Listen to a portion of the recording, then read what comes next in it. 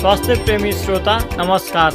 कार्यक्रम हेलो डाक्टरमा हार्दिक स्वागत छ। प्रविधिमा दीपक तामाङका साथ म कविराज सुमन सत्याल। निरोगी रहने उपाय र रोग लागिसकेपछि गरिने उपचारको बारेमा विशेष चर्चा गरिने यो कार्यक्रममा स्थानीय जडीबुटीहरूको प्रयोग गर्दा ध्यान दिनुपर्ने कुराहरू, विषालु द्रव्य भनेको के हो र यसको पहिचान कसरी गरिन्छ र यसैसँग सम्बन्धित विभिन्न विषयहरूमा कुराकानी गर्नेछौँ।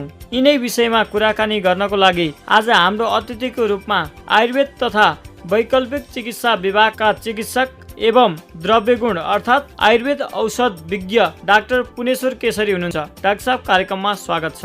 धन्यवाद।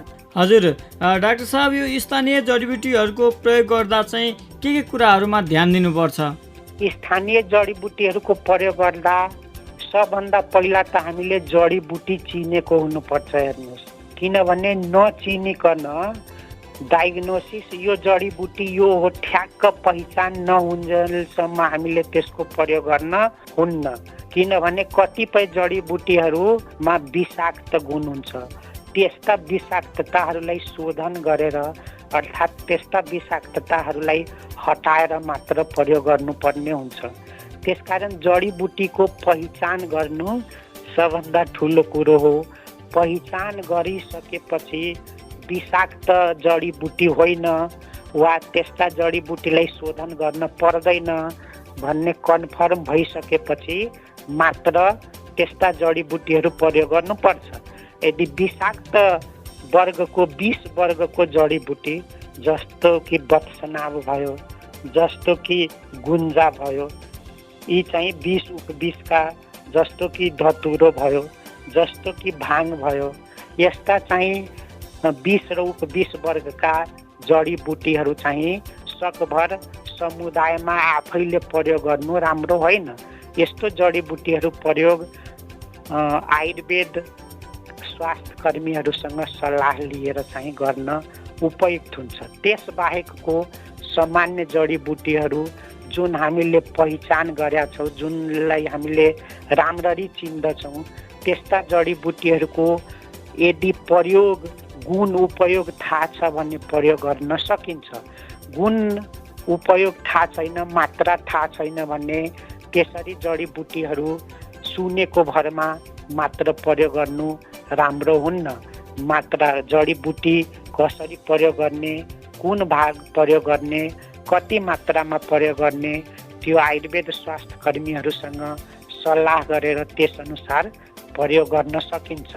र त्यो सब जानकारी छ, त्यो जान्या छौँ हामीले भने पनि त्यस्ता जडीबुटीहरू लिए टिपेर ल्याएपछि त्यसलाई राम्ररी सुकाउनु पर्ने हो कि सिधा काँचो रूपमा प्रयोग गर्नुपर्ने हो कि त्यसमा विचार गरेर जडीबुटीको प्रयोग गर्नुपर्ने हुन्छ। काँचै द्रव्य, काँचै औषध जडीबुटी प्रयोग गर्नु छ भने त्यसलाई धोएर पखालेर मात्र प्रयोग गर्नुपर्छ। जस्तो अघि मैले भने दुबोको उदाहरण दिए, घोड टाप्रेको उदाहरण दिए, यिनीहरू हामीले हरियो रूपमै प्रयोग गर्नुपर्छ। त्यसकारण दुबो, घोड टाप्रे वा असुरोको पात यिनीहरू हरियो रूपमै प्रयोग गर्नुपर्ने भएकोले यिनीहरू टिपेर ल्याइसकेपछि राम्ररी धोइ पखालेर मात्र यिनीहरूको रस निचोरेर मात्रा अनुसार प्रयोग गर्नु उपयुक्त हुन्छ। हजुर डाक्टर साहब, यो विषालु जडीबुटीहरूको पहिचान गर्ने केही उपाय हुन्छ हुँदैन? विषालु जडीबुटीको पहिचान अब हामी जडीबुटी जान्ने मान्छे हो भने हामीले सजिलै यो बत्सनाब हो, यो धतुरो हो, यो भाङ हो भनेर पहिचान गर्न सक्छौँ। र त्यस्ता जडीबुटीहरू शोधन नगरिकन, जस्तो कुपिल्लु भयो, कुपिल्लु त्यो पनि विषालु उपविष द्रव्यमा पर्ने हो। गुन्जा, राति गेडी भन्छ, त्यो पनि उपविष अर्थात् विषालु जडीबुटीहरू हो। ती चाहिँ जडीबुटी पहिचान गर्ने जान्ने मान्छेहरूले पहिचान गर्न सक्छ र त्यसको ठ्याक्कै शोधन प्रक्रिया फेरि हरेक जडीबुटीहरूको शोधन प्रक्रिया फरक फरक हुन्छ। त्यसकारण सकभर जनसमुदायमा वा स्थानीय स्तरमा वा घरेलु स्तरमा विष र उपविषका जडीबुटीहरू प्रयोग नगर्नु नै बेस हुन्छ। त्यस्तो प्रयोग गर्नु छ भने आयुर्वेद स्वास्थ्य कर्मीको सल्लाह अनुसार मात्र गर्नुपर्ने हुन्छ। हजुर डाक्टर साहब, यस्तो स्थानीय जडीबुटीहरूको जानकारी गराउनको लागि हाम्रो स्थानीय तहमा आयुर्वेद सङ्घ संस्थाहरूले सहयोग गर्न सक्नुहुन्छ कि हुन्न? आयुर्वेद स्वास्थ्य संस्थाहरूमा हरेक आयुर्वेद स्वास्थ्य संस्थाहरूमा जिल्ला स्तरीय पालिका स्तरीय स्वास्थ्य संस्थाहरूमा चाहिँ जडीबुटी जनचेतना सम्बन्धी कार्यक्रम गएको हुन्छ र अन्य जडीबुटी सम्बन्धी चाहिँ कार्यक्रम विद्यालय आयुर्वेद शिक्षा भन्ने हुन्छ, जसमा विद्यार्थीहरूलाई चाहिँ जडीबुटी तथा योगा अभ्यास आदिको बारेमा जानकारी गराइन्छ। कृषक समूहहरूको लागि जडीबुटी जनचेतना भन्ने कार्यक्रमहरू हुन्छ, त्यस मार्फत पनि कृषक वन उपभोक्ता समूह परम्परागत स्वास्थ्य कर्मीहरूलाई जनचेतना भन्ने कार्यक्रमहरू हुन्छ। त्यस्ता कार्यक्रमहरूबाट त्यस्ता जडीबुटीहरूको बारेमा चाहिँ हामीले जानकारी प्राप्त गर्न सक्छौँ। र त्यस बाहेक पनि जुन स्वास्थ्य कर्मी आयुर्वेद स्वास्थ्य कर्मी पालिका स्तरमा कार्यरत हुनुहुन्छ, जिल्ला स्तरमा कार्यरत हुनुहुन्छ वा प्रदेश स्तरमा कार्यरतहरू हुनुहुन्छ, उहाँहरूसँग जुनसुकै पनि स्थानीय समुदायले आफूलाई जान्न खोजेको, आफूलाई जान्ने इच्छा भएको, आफूले बुझ्न इच्छा भएको जडीबुटीहरूको स्याम्पल लगेर यो के जडीबुटी हो, यसको प्रयोग कसरी गर्ने वा यसको खेतीमा कसरी चाहिँ खेती हुन सक्छ वा खेतीको लागि चाहिँ कहाँबाट टेक्निकल सपोर्टहरू पाउने वा कसरी यसको चाहिँ खेती विस्तार गर्ने, प्रयोग कसरी गर्ने भन्ने कुरोहरू जानकारी प्राप्त गर्न सक्नुहुन्छ कुनै पनि आयुर्वेद स्वास्थ्य संस्थाहरूबाट। हजुर डाक्टर साहब, यो आयुर्वेद औषधिहरू र आधुनिक औषधिहरूमा फरक के छ? यिनको विशेषताहरू के छन्? यो पनि बहुत सान्दर्भिक कुरो सोध्नुभयो यहाँले। के छ भने आधुनिक र आयुर्वेद भन्ने भन्दा पनि के हुन्छ भने आयुर्वेदको पनि आधुनिक रूपको औषधिहरू हुन्छ। हेर्नुहोस्, अब आधुनिक भन्नाले अब हामीले यहाँ के बुझौँ भने आयुर्वेद बाहेकको अर्थात् एलोप्याथी मेडिसिनलाई बुझौँ। एलोप्याथी मेडिसिनमा चाहिँ र आयुर्वेद मेडिसिनको फरक कसरी हो त्यस सन्दर्भमा बुझौँ। आधुनिक भन्दा पनि एलोप्याथी मेडिसिन भनेको के हो भनेपछि त्यसमा प्राय केमिकल वा सिन्थेटिक केमिकलहरूको प्रयोग हुन्छ।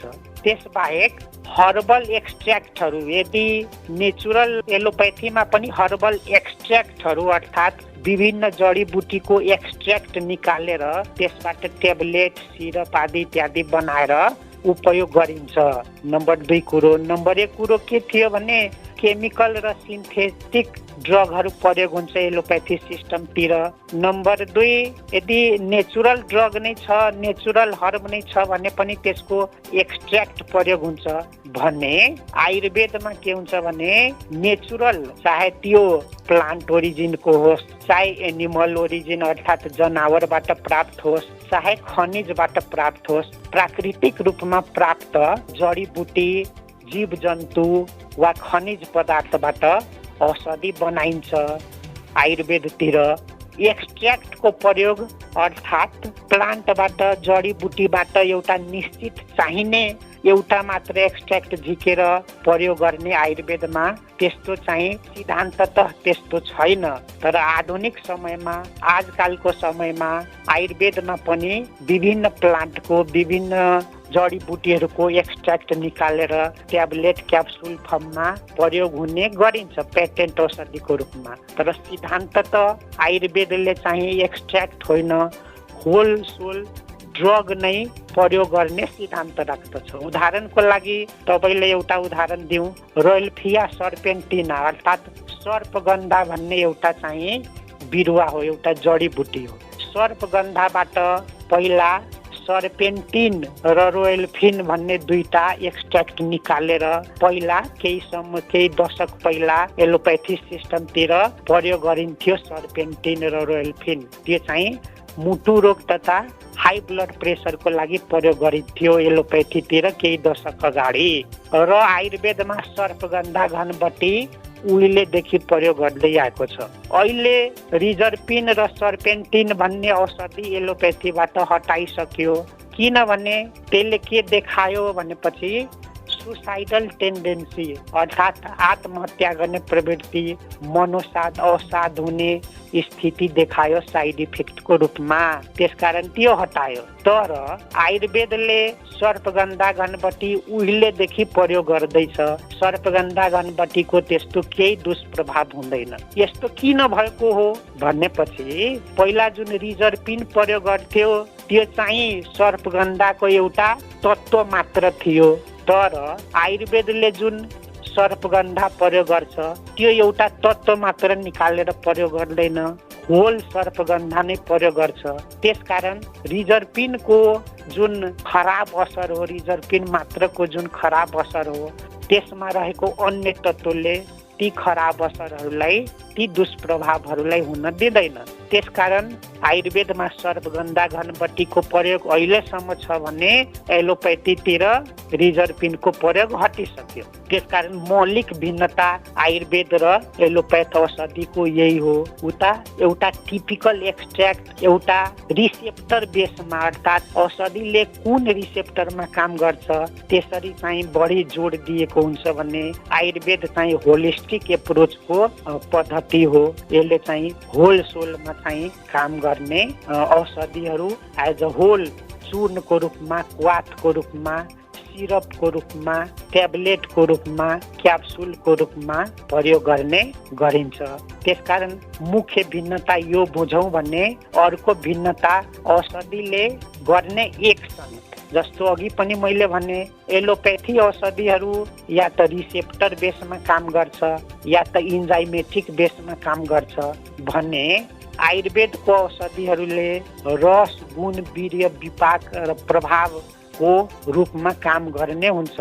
अर्थात् त्यसको प्रिन्सिपल्स नै भिन्न छ। हुन त आधुनिक रिसर्च, आधुनिक विज्ञानसँग कोरिलेट गर्नलाई अहिले आयुर्वेदमा पनि हामीले रिसेप्टर वाइज, इन्जाइमेटिक एक्सन वाइज ड्रगको चाहिँ रिसर्च गर्न थालेका छौँ। त्यो किन भनेपछि त्यो आधुनिक विज्ञानसँग तालमेल बसाउनलाई, तालमेल मिलाउनलाई। तर वास्तवमा आयुर्वेद औषधिले गर्ने काम भनेको रस, गुण, वीर्य, विपाक र प्रभाव अनुसार नै काम गर्दछ।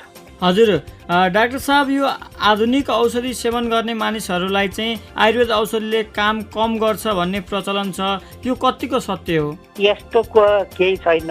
आधुनिक औषधि सेवन गर्नेलाई आयुर्वेदले काम गर्ने हुँदैन भन्ने छैन। आयुर्वेदले काम गर्छ। आधुनिक औषधि सेवन गरिरहेको छ भने पनि आयुर्वेदले काम गर्छ। तर सकभर के हुन्छ भने क्रसप्याथीको ट्रिटमेन्ट नगर्नु नै राम्रो हुन्छ। अर्थात् एउटै रोगको लागि आधुनिक औषधि पनि, अर्थात् एलोपेथी औषधि पनि खाइरहेछ र आयुर्वेद औषधि पनि खाइरहेछ, त्यो चाहिँ सकभर नगरेको राम्रो। गर्नु पर्यो भने पनि त्यो चिकित्सकको रेखदेखमा गर्नुपर्छ। किनभने कतिपय ड्रग र हर्बको इन्टरेक्सन हुन्छ। अर्थात् एलोपेथी औषधि र आयुर्वेद औषधिको कतिपय स्थितिमा इन्टरेक्सन हुन सक्छ। अर्थात् आयुर्वेदको औषधिले एलोपेथी खाइरहेको औषधिहरूको प्रभावलाई बढाइदिन वा घटाइदिन सक्ने स्थिति हुन्छ। उदाहरणको लागि तपाईँले के भन्नु भने जस्तो लसुन छ र एउटा वाराफिन भन्ने औषधि हुन्छ एलोपेथीतिर। वाराफिन प्रयोग गरिरहेको व्यक्तिले लसुनको प्रयोग गर्यो, गुग्लुको प्रयोग गर्यो भने वाराफिनको एक्सनलाई झन् बढाइदिन सक्छ। त्यसकारण सकभर एलोपेथ र आयुर्वेद औषधि एउटै रोगको लागि होइन खान उपयुक्त हुन्न। यदि त्यस्तो सेवन गर्नु छ भने चिकित्सकको परामर्श अनुसार सेवन गर्न पर्छ। तर पहिला एलोपेथ औषधि खाइरहेको थियो, पछि आयुर्वेद खान्छ भन्ने त्यसले काम नगर्ने होइन, गर्छ, निश्चित रूपमा काम गर्छ र त्यो चाहिँ एलोपेथ औषधिले गर्ने जतिकै काम गर्छ। तर त्यो चिकित्सकको परामर्श बमोजिम सेवन गर्नु पर्दछ। हजुर डाक्टर साहब, हामी कार्यक्रमको अन्त्यमा छौँ। हाम्रो श्रोताहरूलाई आयुर्वेद सम्बन्धी केही जानकारी दिन चाहे हजुरले दिन सक्नुहुनेछ? म श्रोताहरूलाई यही भन्न चाहन्छु, आयुर्वेद औषधि भनेको रोगलाई चाहिँ निर्मूल पार्ने अटोमेटिक लक्षण अनुसारको ट्रिटमेन्ट भन्दा पनि रोगलाई चाहिँ निर्मूल गर्ने उपचार पद्धति हो आयुर्वेद। त्यसकारण आयुर्वेद पद्धति ढुक्क रूपले यहाँहरूले प्रयोग गर्न सक्नुहुन्छ। तपाईँ हामीले चिनेको सामान्य जडीबुटीहरू छ भने स्थानीय स्तरमा प्रयोग गर्नुहोस्। कुनै शङ्का लागे चाहिँ आयुर्वेद स्वास्थ्य कर्मीहरूसँग सल्लाह लिनुहोस्। र अर्को महत्त्वपूर्ण कुरो, यो भ्रमात्मक प्रचार प्रसारको भरमा परेर, सुनेको भरमा, प्रचारको भरमा परेर चाहिँ जथाभावी औषधि किनेर, इभेन आयुर्वेद औषधि नै किन नहोस्, भ्रमात्मक प्रचार प्रसारको भरमा सुनेर चाहिँ आयुर्वेद औषधि पनि सेवन गर्नु राम्रो हुन्न। त्यो चाहिँ चिकित्सक वा स्वास्थ्य कर्मीको सल्लाह अनुसार नै सेवन गर्नुपर्छ। अर्को कुरो के धारणा छ भने जनमानसमा आयुर्वेद औषधि भनेको जति पुरानो त्यति राम्रो, त्यो कदापि होइन। हरेक औषधिको चाहिँ एक्सपायरी डेट हुन्छ, एउटा काम गर्ने पोटेन्सी हुने समय अवधि हुन्छ। त्यसकारण जति पुरानो त्यति राम्रो भन्ने कन्सेप्ट आयुर्वेदमा सबै औषधिहरूको लागि लागू हुँदैन। त्यसकारण त्यस सन्दर्भमा पनि स्वास्थ्य कर्मीहरूको सल्लाह बमोजिम औषधि सेवन गर्नु राम्रो हुन्छ। र सबै श्रोताले, हामी सबैले आफ्नो घरमा करेसा बारीमा जडीबुटीहरूको रोपन गऱ्यौँ भने ती जडीबुटीहरू तत्काल हामी प्रयोग गर्न सक्छौँ। त्यसकारण जडीबुटीहरू रोपौँ र जडीबुटीहरूको संरक्षणमा पनि ध्यान दिउँ र स्वस्थ रहनमा पनि जडीबुटीको प्रयोग गरौँ। धन्यवाद। हजुर डाक्टर साहब, निकै व्यवहारिक र महत्त्वपूर्ण जानकारी दिनुभयो, यसको लागि हजुरलाई धेरै धेरै धन्यवाद। धन्यवाद सुमनजी। श्रोता, आजको लागि कार्यक्रम यति नै। आगामी दिनमा अझै महत्त्वपूर्ण विषयवस्तुहरूको उठान हामी गर्ने नै छौँ। त्यतिन्जेलसम्मको लागि प्राविधिक साथी दीपक तामाङ र म कविराज सुमन सत्याललाई बिदा दिनुहोस्। नमस्ते।